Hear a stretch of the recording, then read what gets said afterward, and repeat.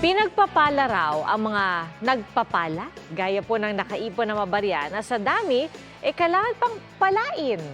Saan kaya niya yan ipinundar? Alamin sa pagtutok ni Nico Wahe. Sabi nga nila, kapag may isinuksok, may madudukot. Pero si Rolly Priego, hindi lang basta may nadukot, may napala pa.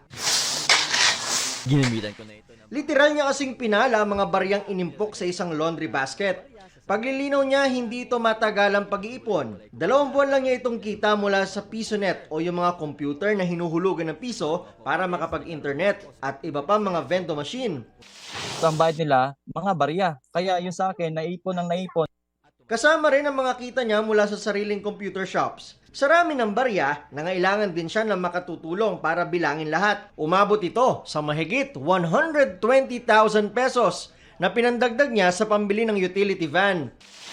Naisipan ko na kailangan ko ng pan-deliver na sasakyan.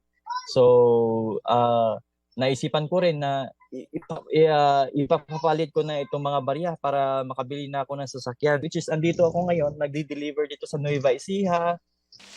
Dagdag ni Rolly, 2 beses na itong nagamit niya ang mga inipong barya para makabili ng sasakyan.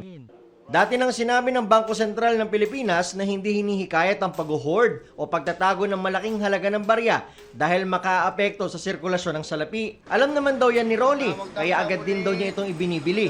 Pero iba pa rin daw ang napapala kung ugali na ang pag-iimpok. Dahil sa baryang pinagsama-sama, kahit sino, masasabing pinagpala. Para sa GMA Integrated News, Nico Wahe, nakatutok 24 oras.